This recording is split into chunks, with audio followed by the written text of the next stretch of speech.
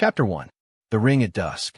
The evening sunlight dipped low across the neatly trimmed hedges of the Hollow Brook subdivision, casting soft gold across manicured lawns and polished SUVs. The scent of sizzling meat wafted from a backyard grill, blending with the fresh-cut grass and the faint whiff of Samantha's lavender candles burning inside. Michael stood at the grill wearing his old college sweatshirt, tongs in one hand, a cold beer in the other. Noah, 8 years old, barefoot, and sticky with grape Popsicle, was busy arranging mismatched action figures under the patio table. "Burgers or hot dogs tonight, champ?" Michael called over, watching a curl of smoke rise and twist into the pink sky. "Burgers," Noah declared without looking up. "Hot dogs are for babies." Michael chuckled and flipped a patty, the sizzle sharp and satisfying. He glanced toward the kitchen window. Inside, his wife Samantha stood with her back turned, one hand pressed tightly to her phone, the other tapping furiously on the screen. It had been like this more and more lately, her inside, him outside. Two different worlds under the same roof. "She's always on that damn phone," Michael muttered, almost too softly to hear himself. He took a swig of beer and tried to shake the irritation. Maybe it was a work text. Real estate had been hectic lately, or so she said. "Daddy, guess what?" Noah's voice cut in. "What's up, bud?" "If Spider-Man and Batman fought, Batman would win, right?" Michael smirked, crouching down beside him. "Absolutely. Guy's got tech, brains, and billionaire swagger." "I knew it," Noah nodded confidently. "That's what Mom said, too." Michael raised a brow. "Your mom said Batman would win?" Noah shrugged. "Well, she said Spider-Man's kind of a dork." Inside, Samantha paced into the hallway, her face partially hidden behind the screen. The phone buzzed again in her hand, and then it rang. Michael froze. It wasn't her usual tone. It was that generic ringtone you get when someone hasn't saved the number. Samantha's entire posture stiffened. She stared at the screen like it had spoken aloud. Her thumb hovered for a second before she answered, voice low and brittle.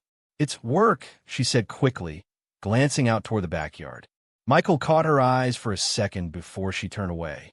The words sat wrong in his ears. Work didn't call at 6:52 p.m. on a Sunday. And if they did, Samantha never whispered. Never looked like she'd seen a ghost. She disappeared up the stairs in a blur, the phone pressed tight against her cheek. The door to their bedroom clicked shut behind her. Michael blinked. Something icy stirred in his stomach. Back at the grill, a patty started to burn. He flipped it absent-mindedly. 10 minutes passed. Maybe 15. He plated the burgers and called for her once. Food's ready," but got no response. Noah was already inhaling his meal, ketchup smeared across his face. By the time Samantha came back down, her smile was too bright. "Sorry," she said quickly, brushing non-existent crumbs off her shirt. "Crazy client. We're closing this week, and she's panicking about paperwork." Michael nodded, but said nothing. Her eyes didn't meet his. That night, after Noah was asleep and the dishwasher hummed faintly in the background, Michael sat in his study, sorting through the month's bills. The soft glow of his desk lamp cut a circle through the darkness, illuminating account numbers, past due dates, and the fading edge of a family photo taped to his monitor, him, Samantha, and Noah at the beach, all laughter and sunscreen. His concentration broke with a soft knock at the door. Tiny knuckles. A child's knock. Noah peeked in, his Star Wars pajamas rumpled, eyes wide and anxious. "Buddy, you okay?" Michael stood quickly, worried he'd had a nightmare. Noah shuffled closer, clutching the sleeve of his shirt. "I'm not supposed to tell," he whispered, voice trembling. "But I think it's bad." Michael knelt to meet his son's eyes, suddenly alert. "What is it, Noah?" Noah glanced over his shoulder like someone might hear. "Mommy said it's our secret," he whispered, barely audible. "But I saw her bury something." Michael's breath caught. "What do you mean, buddy?" "In the backyard, under the treehouse." His small hands trembled as he gestured. "A box. Like treasure. But not fun. She said never tell. Said Daddy can't know. But I'm scared." Michael felt every hair on his arms rise. The silence that followed was heavy and sharp. "You did good telling me, champ," he said slowly, calmly, even though his heart thundered against his ribs. "Thank you." Noah clung to him, arms tight around his neck. Michael held his son for a long moment, then gently nudged him back toward bed. Get some rest. I'll take care of everything, okay? Noah nodded and disappeared down the hall. Michael waited until the boy's door clicked shut and the night regained its stillness. Then he rose, mechanical, purposeful. From the closet, he grabbed the old flashlight he used during camping trips. From the garage, the shovel, the one with the splintered handle. Outside, the night air clung heavy with dew. Crickets sang, and a neighbor's porch light blinked across the fence like a beacon. Michael walked across the yard, each footstep heavier than the last. He stood under the treehouse. Moonlight filtered through the branches, silver and unforgiving. He planted the shovel in the earth and began to dig. Chapter 2. Before the Lies. They met on a rainy Tuesday afternoon in the university library. Michael had been buried in code, his fingers tapping furiously on a laptop, half a sandwich untouched beside him, when a voice interrupted, smooth as silk and just a little amused. Your screen's frozen. You've been hitting the same key for 5 minutes. He looked up, and there she was. Samantha Myers. Red curls tucked behind one ear, oversized sweater falling off her shoulder, and a sarcastic smile that would haunt him for weeks. She wasn't supposed to talk to a guy like him. Quiet. Focused. The responsible one. But she did. Let me guess, she said, setting her coffee down. You're the type who builds computers for fun and forgets to eat. Michael smiled, shy and surprised. Guilty. And just like that, the storm outside faded into nothing. They started meeting often after that. Study sessions that turned into coffee dates. Coffee dates that turned into late-night walks. She loved poetry. He preferred algorithms. She talked with her hands. He listened more than he spoke. But somehow it worked. It worked so well it scared him. By senior year, they were inseparable. She called him her anchor. He called her his fire. He proposed under the willow tree near the university pond with a ring tucked in her favorite book, Jane Eyre. She cried, said yes. And when they graduated, she turned down a marketing offer in the city to follow him to a quiet job in the suburbs. Because that's what love looked like back then: sacrifice, laughter, long nights with ramen, and no money but hearts full of certainty. 3 years ago, they bought the house on Willow Creek Drive. It was perfect. 2 stories, white shutters, a little swing set in the backyard where Noah would later fall off and scrape his knees. The kind of place you raise a family in, build a life in. Michael had just taken a senior IT consultant role. Long hours, sure, but stable. Secure. His job paid the mortgage. He tucked away college funds, retirement savings, all while juggling code reviews and client calls from their spare bedroom-turned-office. Samantha got her real estate license the year after Noah was born. She said she needed something of her own, and Michael had supported her without hesitation. He was proud of her. She was good at it. Charming, magnetic. People liked her instantly. She could sell a broken fridge to an Eskimo. Her commissions rolled in fast, and with them, new handbags, new shoes, and slowly new rhythms to her day. She was always busy. Open house today, babe, she'd say, breezing through the kitchen in tight jeans and heels that clicked like confidence on tile. I'll grab dinner on the way back. Don't work too hard, he'd reply, glancing up from his laptop, a smile tugging at the edge of his lips. But she was already gone. Michael didn't think much of the changes at first. It made sense. Real estate was competitive. Her wardrobe got sharper. Her phone buzzed more. She spent hours at the gym, saying she needed to stay fit for the brand. At night, she would come home tired, sometimes collapsing beside him with makeup still smudged under her eyes. He'd kiss her cheek, whisper, I missed you, and she'd mumble me too, before turning away. Their bedroom, once electric with desire, had cooled into something functional. Michael didn't press. He assumed it was the usual married fatigue, parenting, work, the slow decay of passion into routine. It happens to everyone, he told himself. Still, he tried. He'd schedule date nights, bring home flowers, even left a handwritten note once in her glove box. Still madly in love with you. Dinner at 7. She never mentioned finding it. The cracks deepened in small, forgettable ways. She started wearing perfume to the gym. Came back from open houses in dresses she hadn't left in. Spent more time texting, always smiling at her phone, quick to hide it when he walked by. Once, he saw a name flash across the screen. Julie. He remembered, frowning. You talked to Julie a lot lately. Samantha blinked, too quickly. She's a new agent I'm mentoring. Poor girl's a mess. Needs constant advice. Michael nodded. Trusted her. Wanted to trust her. He kissed her forehead and went back to scrubbing dishes. Then there were the late-night showers. Not every night, but often enough. She'd come home after showing a house or catching drinks with a client, kiss Noah goodnight, and say she needed to freshen up. Water running behind a locked door. 15, 20 minutes. Then she'd slip into bed, towel-dried hair and lotion thick on her skin. Sometimes she'd smile. Other times she'd just turn over, phone clutched under her pillow. Michael's mind began to wander in ways he hated. Once, he reached for her hand in bed. Just a small gesture, skin against skin. But she flinched. Sorry, she said quickly, as if startled. He pulled back, swallowing the knot in his throat. It's okay, he whispered. Long day. Still, he didn't suspect betrayal. Not really. He thought maybe they were just drifting. Marriage is hard. Kids change things. He told himself that often. He held on to old memories like life preservers. Their beach trip with Noah, that time they danced barefoot in the kitchen, their late-night talks about nothing and everything. He believed in her, even when she started sleeping with her phone on silent, even when she set new passcodes, even when she laughed at texts and said, "It's just Julie." Michael loved her, and sometimes love is blind, not because it refuses to see, but because it hopes, because it trusts, because it's too afraid of the answer to ask the question. Chapter 3. Buried Secrets.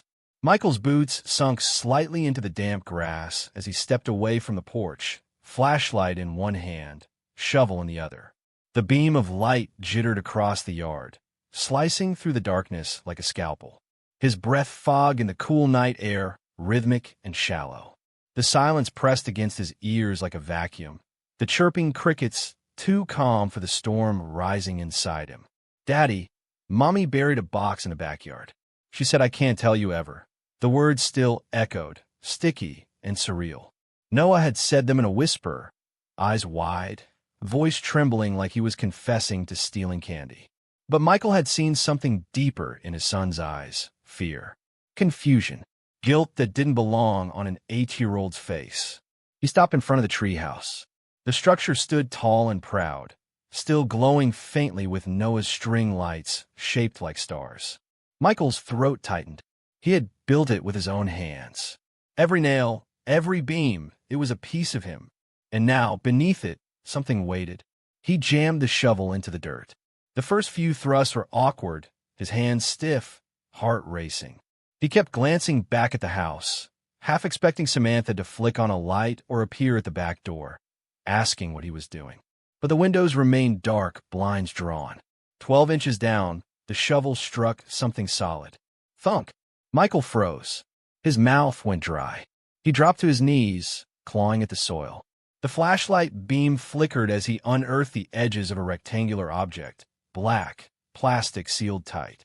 A waterproof storage box. It was real. With a nervous breath, he opened the lid. Inside sat a red lace lingerie set, folded neatly like it had just come back from the boutique. The scent hit him next, not soil, not plastic, but her perfume. The same one Samantha wore on their date nights.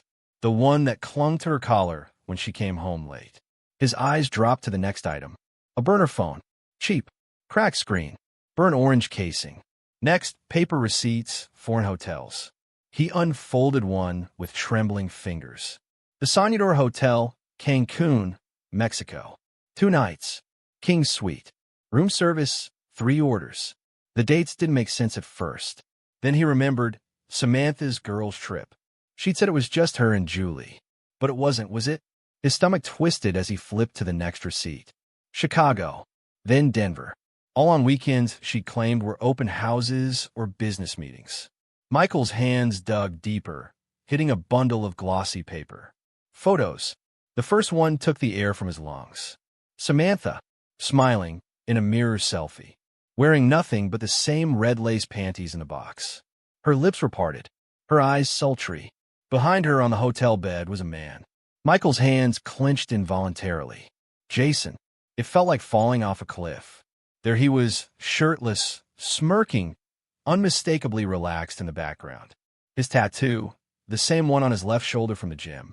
The man who had shared beers with Michael after a long workout, who had made jokes about marriage, who'd invited him to BBQs, and whose son played on the same soccer team as Noah. He flipped to the next photo. Samantha in Jason's arms, their lips inches apart. Another, her straddling him on a hotel bed, looking at the camera like she wanted Michael to see. He squeezed his eyes shut. The pain was too sharp, too fast. He felt like vomiting, but he couldn't look away. The next bundle was folded notebook paper, creased with time, edges frayed. He recognized Samantha's handwriting instantly. It was the same cursive she used in their anniversary cards. The same hand that had written, "I love you forever," just last Valentine's Day. I didn't mean for it to happen, but the first time he touched me, I couldn't stop. I didn't want to. I needed it. I felt awake again. His fingers trembled. Michael's a good man, but I feel like a shadow when I'm with him. Jason sees me, really sees me. Michael blinked hard. His vision blurred. It's not just sex. With Jason, I don't have to pretend. I laugh. I scream. I don't hold back like I do at home. He turned to the last page. Sleeping with Jason is raw. It's dirty. It's liberating. And honestly, it's better than pretending I love my husband. The flashlight slipped slightly in his grip, casting twisted shadows over the grass. The weight of the words punched the air from his lungs. Pretending. That's what it had all been then. Every kiss, every I love you, every lazy Sunday brunch, they were just a performance. Michael stared at the box for a long time. He didn't cry. Not yet. His hands slowly, methodically placed everything back. The receipts, the lingerie, the photos, the burner phone, the diary pages last, carefully folded like fragile paper blades. The lid clicked shut. He looked up at the house again. The master bedroom light was on now. Samantha's silhouette moved behind the curtain. He could imagine her brushing her hair, checking her face in the mirror, texting Jason goodnight. The calm, beautiful mask of a woman who still kissed him each morning like nothing was wrong. He pressed the box into the ground. Then, in silence, he shoveled dirt back over it, patting it smooth, like it had never been there. Chapter 4. The Spider's Web. Michael stood in front of the bathroom mirror, watching himself shave with mechanical precision. Each stroke of the razor was deliberate, each rinse of the blade in the warm tap water a quiet ritual. He kept his eyes on his reflection, not on the gray at his temples or the lines deepening near his eyes, but on the calm he was trying so hard to manufacture. He had spent 3 days pretending. 3 days since he unearthed that box of betrayal beneath the treehouse. 3 days since his world cracked in half. But Samantha hadn't noticed. Or maybe she had and didn't care. Either way, her mornings still included absent-minded kisses on his cheek and casual hums as she packed lunches for Noah. She was still wearing that same cherry-red lipstick, still spraying that perfume that now felt like poison. "Morning, babe," she chirped as he entered the kitchen. She didn't look up from her phone. Michael smiled. A soft, warm, perfect lie. "Morning." He sat across from her, sipping coffee, pretending to scroll the news. But his mind was already racing, calibrating. She left for her showing at 10 a.m. By 10:15, he had cloned her phone. He had bought the spyware app that night, hours after burying the evidence again. A small investment with high returns. It synced to his laptop, showing texts, GPS locations, even her deleted messages. He wore a calm expression as he read the truth on his screen day after day. Jason wasn't just a fling. He was part of her routine. Text from Samantha, "Just faked a fight with Mike so I could sneak out early." "Ugh, he's too nice." "It's annoying." Jason's reply, clueless little golden retriever. "Let's use his bonus for Cabo." The audacity, the smugness. It made Michael's stomach churn and his hands steady.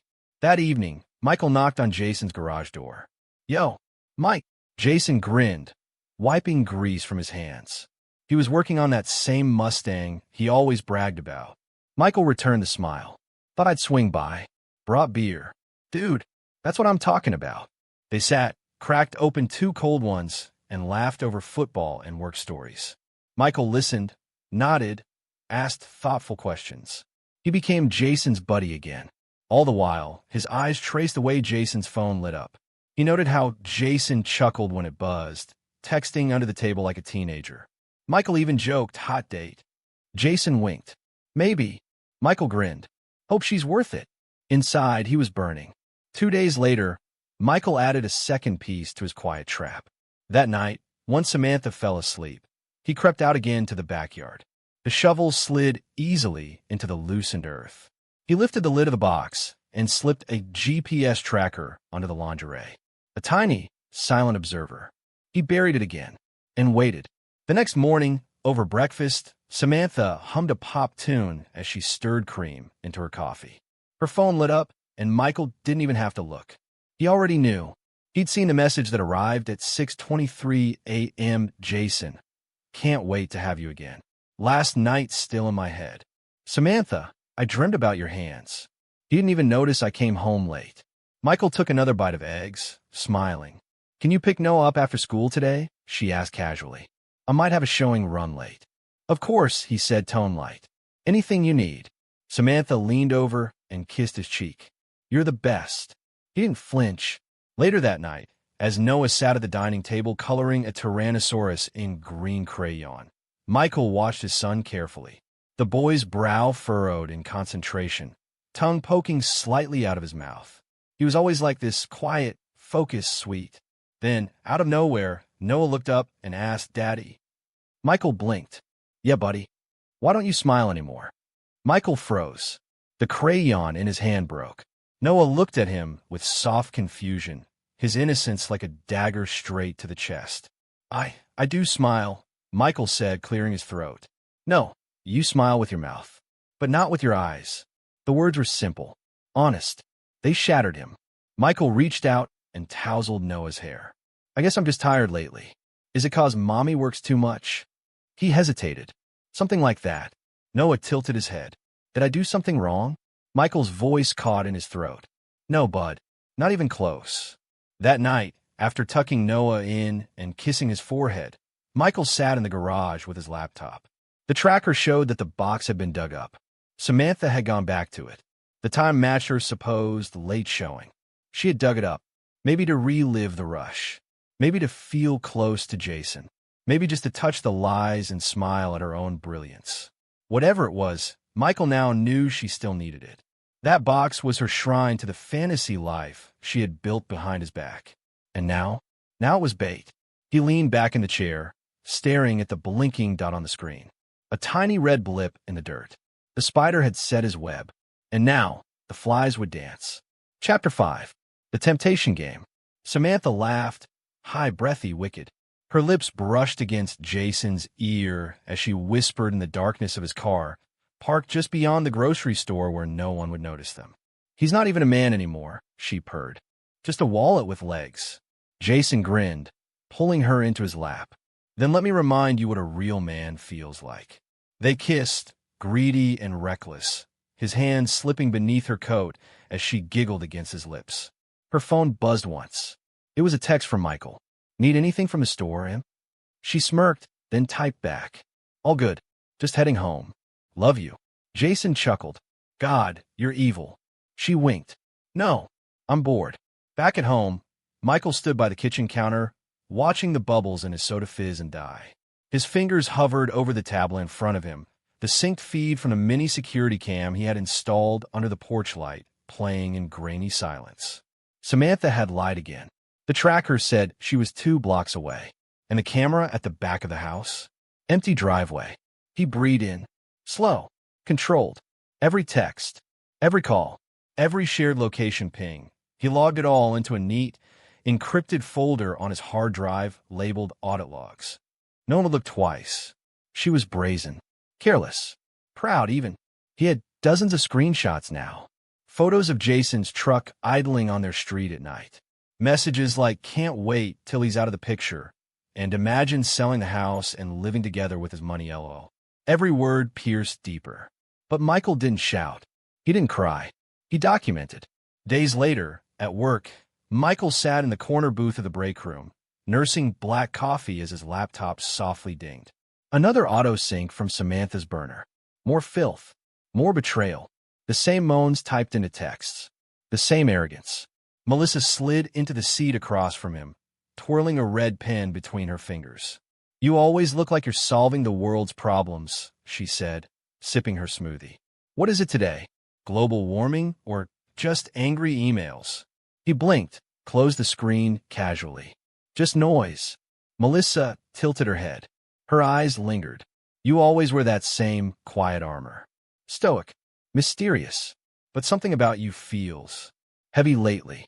Michael forced a smile. "Rough week." She leaned in slightly. "You know, if you ever want to vent over a drink, I'm not terrible company." It wasn't subtle, and she wasn't just being friendly. Her lipstick was freshly applied. Her nails were done. Her blouse was one button too low. Temptation in human form. For a flicker of a second, Michael let the thought curl in his mind. Samantha wouldn't care. Hell, she'd probably cheer. Melissa was smart, kind, and clearly interested. A part of him, raw, betrayed, drowning, wanted to say yes. But then he saw Noah's drawing in the corner of his desk. A stick-figure family. A crooked treehouse. Smiles on all their faces. Michael straightened. "I appreciate it, Melissa," he said gently. "Really, but I got things I need to fix at home." Her smile faltered a touch, but remained warm. "Your wife's a lucky woman." He nodded once. She was. That evening, Samantha came home late again. Her perfume was heavier than usual. Her hair was tousled like she'd rushed to fix it. She tossed her keys in the bowl and yawned dramatically. "Ugh, back-to-back showings. I'm dead." Michael met her in the hallway, brushing past her gently to hang up her coat. "You're working too hard," he said softly. "You should rest more." She blinked, slightly caught off guard by his softness. "Yeah, I know. Market's crazy. Let me make you some tea." Samantha looked at him for a second too long. Suspicion? Guilt? Maybe neither. Maybe just habit. "Sure," she said, kicking off her heels. "That'd be nice." As he boiled water, she scrolled her phone under the table. He heard the muted chime of a message being sent. To Jason, no doubt. Michael stirred her tea with a silver spoon, smiling to himself. She was playing a game, but so was he. Later that night, he lay in bed, staring at the ceiling while Samantha slept beside him, her breath shallow and even. The moonlight through the blinds sliced the room into pale stripes. His laptop hummed quietly on the nightstand. New messages, new locations, same lies. One of her texts from earlier echoed in his head. "He still thinks I'm his." Isn't that sad? Michael's jaw clenched. But still, he didn't touch Melissa. Didn't yell. Didn't accuse. Because this wasn't about rage. This wasn't about petty revenge. This was about truth. About showing the world exactly what Samantha was behind the perfect smile and realtor of the month plaques. He still loved her in some warped, nostalgic way. Loved the version of her who once kissed him in a library, whispered promises under cheap dorm blankets, and cried when they bought this house.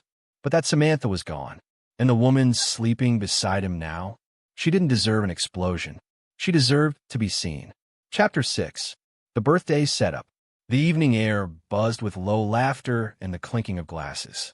String lights twinkled above the backyard patio, casting a warm, golden glow over the gathered guests. Platters of appetizers lined the tables. Wine flowed freely, and a two-tiered cake sat proudly on a dessert cart beneath a banner that read, "Happy Birthday, Samantha." Samantha, resplendent in a crimson dress and radiant smile, floated among the guests like a hostess queen. "Michael really outdid himself," she purred to her friend Lisa, clutching a glass of Chardonnay. "I didn't expect anything. He's been so quiet lately." Lisa grinned. "He's probably just focused on you. This whole thing is so sweet." Samantha's eyes sparkled. She scanned the crowd. "Where is he anyway?" Michael stood just beyond the sliding glass doors, looking out over the celebration. Noah was helping an elderly neighbor grab a seat. The Joneses chatted near the grill. And there, at the back corner of the yard, stood Jason, confident, smug, sipping from a tumbler of whiskey. Michael's eyes narrowed slightly. Then he checked the time. 7:59 p.m. He turned to the mounted screen behind him, already queued with the video file labeled Family Memories, Samantha's surprise. His hand hovered over the remote. He could feel the pulse in his neck. Steady. Calm. He stepped outside. Everyone, he called, raising his glass. Thank you all for coming tonight. I know Samantha didn't expect a thing, which is the whole point. She deserves this. For being an amazing mother, a charming wife, and, well, the heart of our home. A light smattering of applause. Samantha blushed, hand over her chest. Oh, Michael, he smiled at her gently. Before we cut the cake, I've put together a little video. Just a few family memories, a walk down memory lane. The crowd cheered. Samantha beamed. You didn't. Michael raised the remote. Let's take a look. The screen lit up. Soft piano music began to play. Photos of Samantha and Michael danced across the screen.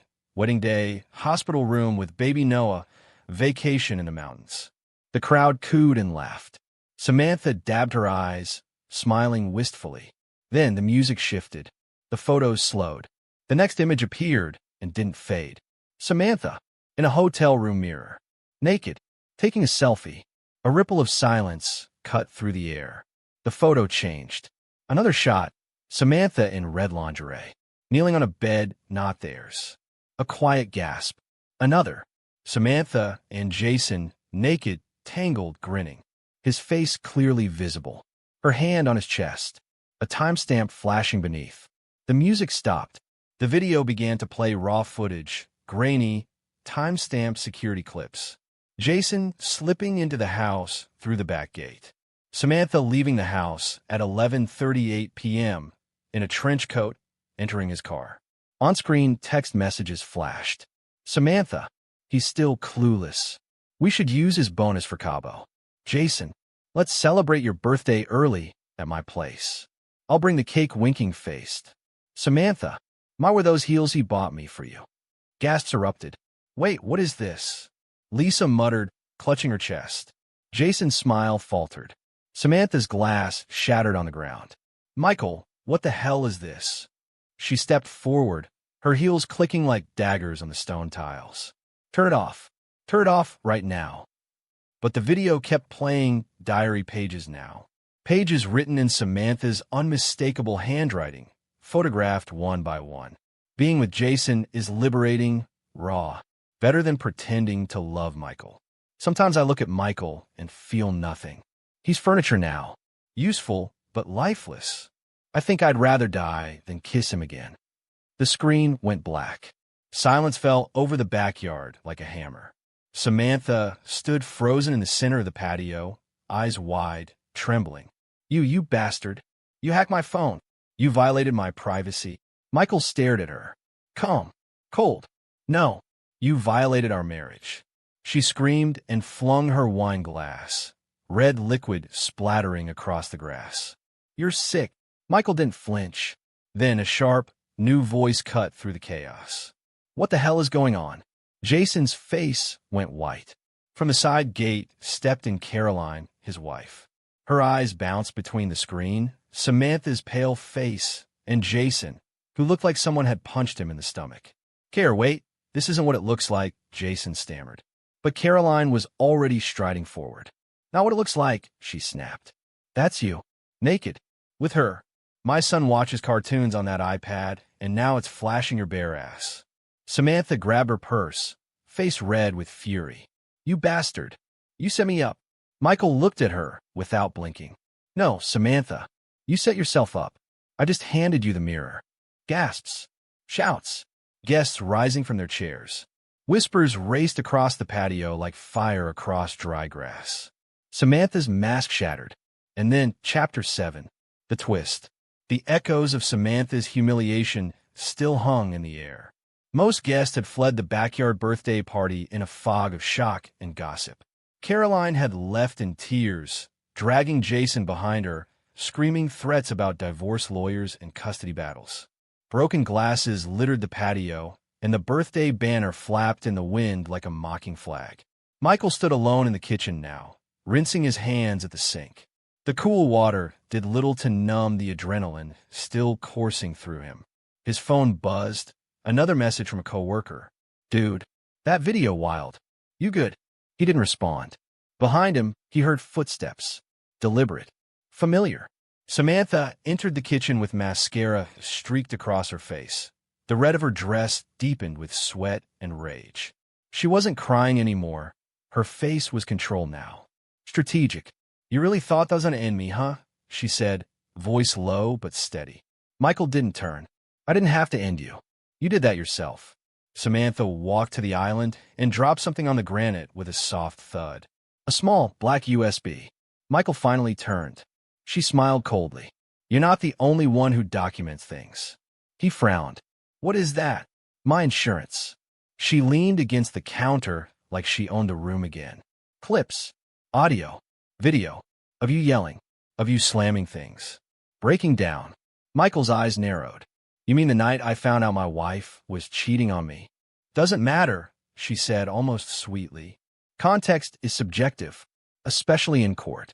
Michael exhaled. "So this is the game now?" She crossed her arms.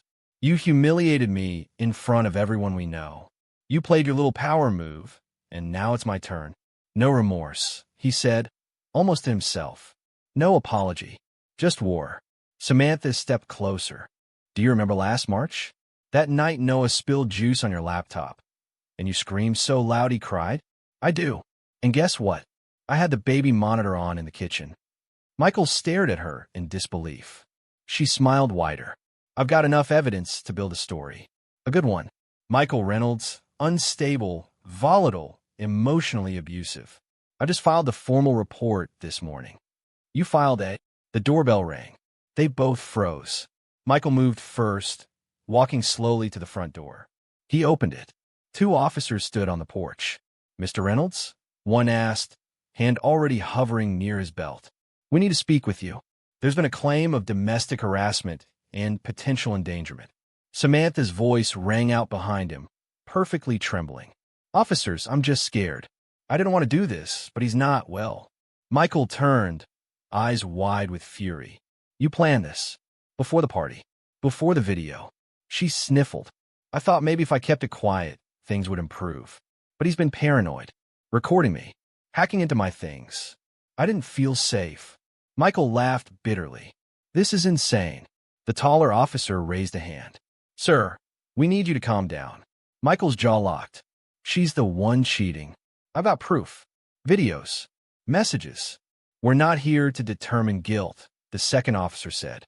"Just following up on the restraining order she filed earlier this week. You're required to vacate the premises for 72 hours pending investigation." Michael's breath caught. Samantha's eyes met his, wet and glistening, but underneath them, sharp. Triumphant. "I'll pack a bag," Michael said quietly. He walked up the stairs, the creak of every step sounding like a hammer to his skull. Inside the bedroom, he grabbed his overnight bag, his charger, a few shirts. The world felt like it had turned sideways. Downstairs again, he handed Noah's drawing to the taller officer. "Let her explain this one." The officer barely glanced at it before folding it into a clipboard. "A judge will look at everything. For now, please cooperate." Michael headed to the door. As he passed Jason's house across the street, he noticed the lights were on, and there, leaning against the porch rail, was Jason, smirking. Michael paused. They locked eyes. Jason gave a small, mocking salute. Then he leaned forward and whispered, just loud enough for Michael to hear. "You may be smart, but you'll never outplay a bitch who's been lying since day one." Chapter 8. The Ruin. The motel room reeked of bleach and faded cigarette smoke. Michael sat on the edge of the bed, his duffel bag at his feet, the lamp casting a tired yellow glow across the cracked wallpaper. The hum of the mini-fridge was the only sound, steady and indifferent. He stared blankly at his phone, no new messages. No missed calls. Just the same last text from Noah, sent before the court order took effect. "I love you, Daddy. Mommy says I can't talk to you right now." Michael shut his eyes. It had been 5 days since the cops escorted him out of his own house. Since Samantha stood behind them, all tears and trembling hands, spinning tales of fear and volatility. Since he watched Noah cry in the window as the patrol car idled by the curb. Since Jason appeared, right on cue, to wrap his arm around Samantha's shoulders like a knight arriving just in time. Helping her through the trauma, Jason had said to the neighbors, voice full of false concern. She's not safe alone. By the time Michael had checked into the motel, the news had already spread. His phone started buzzing that night. First, from concerned coworkers. Then, fewer messages. Then, whispers. Coldness. Suspicion. And then, the call from HR. We're putting you on a paid leave while we conduct a review, the voice said. We've received some troubling information, screenshots, mostly. Text between you and Samantha. Something about paranoia and tracking her movements. We just need to sort it out. Michael had tried to explain. Those messages are out of context. She's trying to bury me, to hide her own affair. The HR manager hesitated, then replied, This isn't about her. It's about how you're perceived at work. Click. He tossed the phone onto the bed. It bounced once and landed face down. 2 days later, he drove by the house. He parked half a block down and walked slowly toward it, just as dusk rolled in. The yard looked untouched, the hedges trimmed. The same porch light glowed warmly through the windows. It looked like nothing had changed, but everything had. As he approached the driveway, he saw it, Jason's Jeep, parked in his spot. He clenched his fists in his coat pocket. Then the front door opened. There they were. Jason, wearing one of Michael's old hoodies. Samantha beside him in yoga pants, sipping wine. Noah followed a step behind, dragging his backpack, looking up at Jason as the man ruffled his hair. Michael's heart twisted. That used to be his moment. Picking Noah up from school, carrying his backpack, asking how his day went. Jason was taking it all. Samantha turned, her eyes catching Michael across the street. She didn't flinch, didn't call out. Instead, she gave the smallest smile. Then she closed the door. Back at the motel, Michael stared at his laptop screen. Custody war. He hadn't wanted it. He thought things would settle once the restraining order expired. That they'd share custody. That the courts would see reason. But Samantha had other plans. She had filed a petition claiming sole custody, citing Michael's volatile outbursts, his concerning obsession with surveillance, and of course his unpredictable behavior since the marriage began deteriorating. Michael's lawyer, overworked and underwhelmed, didn't sugarcoat it. You look unstable on paper, she said bluntly over Zoom. You've got no home, no job, and no contact with your kid, and the guy living in your house. Your wife's boyfriend? He's testifying as a concerned friend. It's ugly. Michael rubbed his temples. I didn't do anything wrong. I believe you, she replied, but this isn't about truth. It's about optics. He exhaled, bitter, hollow. She's winning. There was silence. Then the lawyer added, We'll keep fighting. But I won't lie, it's going to get worse before it gets better. It did. The final blow came one rainy Thursday evening. Michael returned from a meeting with his attorney to find his debit card declined at the gas station. Confused, he checked the balance on his phone. $4.72, he blinked. Tried again. Same result. He opened the joint account app. Empty. He checked savings. Closed. Retirement? Frozen. Pending separation. Every dollar he had tied to that life gone. He stared at the screen, stunned. Then he called the bank. Yes, the rep confirmed. All funds were transferred 3 hours ago by Samantha Reynolds. As a joint account holder, she has full access. He hung up. Silence fell around him. The rain tapped against the motel window like knuckles on a coffin lid. He sat down on the edge of the bed and stared at the floor. His wife had taken his child, his reputation, his house, and now, the last of his money. He was a ghost in his own life. Noah's laughter, once a daily sound, now haunted his dreams. And in its place, the cheap buzz of the motel light, the bitter taste of betrayal, and the cold reality that he had no one left to call. Michael is left with nothing but a rented motel room and bitter silence. Chapter 9. The Mirror. The fluorescent bulb above flickered weakly, casting a pale glow on the cracked walls of the motel room. Michael sat curled on the thin mattress, the flickering light from his laptop screen illuminating his weary face. The grainy video began to play, the old wedding footage from nearly a decade ago, when hope still shone bright between him and Samantha. Here comes the bride. The voice of the officiant echoed softly as the camera panned to a smiling Samantha in her flowing white dress, hair cascading in soft curls. eyes sparkling with joy. Michael's lips twitched in a faint, bittersweet smile. He reached out instinctively, as if to touch the image on the screen, but found only the cold air of the cramped room. He swallowed hard. The video rolled on. There they were, young, hopeful, dancing under the stars during their reception, laughing with their friends, sharing that stolen kiss beneath the twinkling fairy lights. The world seemed wide open, filled with possibility. But the warmth of the memory stung sharply in his chest. A tight knot formed in his throat. He pressed pause. Tears welled up unbidden, hot and heavy. He let them fall, not just for the betrayal, the crushing lies, the heartbreak that had dismantled his family piece by piece, but for the man he had been, the husband, the father, now lost beneath the rubble. Michael pressed his hands against his face, trying to steady himself. Who am I now? He wondered bitterly. The silence of the motel swallowed his quiet sobs. A sudden knock at the door startled him. He wiped his cheeks hastily and opened the door to find a small crumpled envelope resting on the floor, slid quietly under the door. Curious, he bent down and picked it up. Inside was a piece of folded paper, the letters scrawled in childish crayon. His breath caught as he read. I love you, Daddy. I know she lied. Please come back. His hand trembled. The note was both a lifeline and a chain, an innocent plea pulling at the deepest parts of his heart, reminding him of the son he was forced to leave behind. Michael sank back onto the bed, the note clutched tightly in his palm. He whispered, voice cracking, I want to come back, Noah. But not yet. He knew he had to find himself again first, rebuild from the shattered pieces before he could return to the boy who needed him most. The laptop screen glowed quietly in the darkened room, reflecting the tears and the hardened resolve in Michael's eyes. For now, the mirror showed a broken man, but one slowly beginning to see a path forward. Chapter 10. Beneath the Surface. The street was quiet beneath the heavy fall sky, trees casting long shadows over the cracked sidewalks and worn driveways. Michael's boots crunched softly on fallen leaves as he walked, steady, calm, the chill air nipping at the collar of his worn jacket. Ahead, the house stood like a fortress, its windows glowing warm against the creeping dusk, a familiar silhouette framed by light.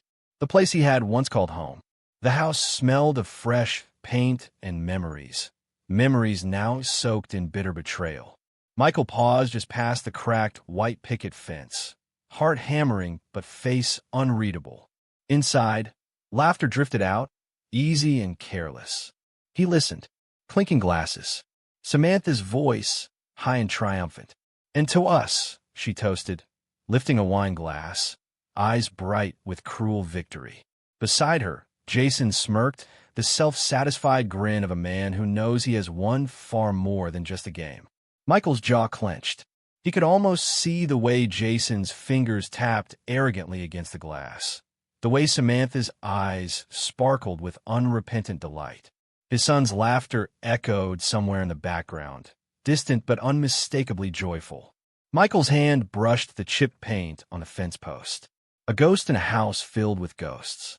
He shifted his weight, the gravel crunching underfoot. The warm light behind the window blurred for a moment as moisture gathered in his eyes. But I'm not finished yet. He turned slowly away, the cold night air cutting through his thin jacket. A faint, almost imperceptible smile curved at the corner of his lips, a smile that held more promise than despair. As he walked, his thoughts drifted low and measured. A snake sheds its skin slowly, and sometimes it waits in the grass for the perfect strike. His voice was barely above a whisper, but the determination in it was sharp as a blade. The house faded behind him, but the fire within him only grew. He wasn't broken. Not yet. Not by a long shot.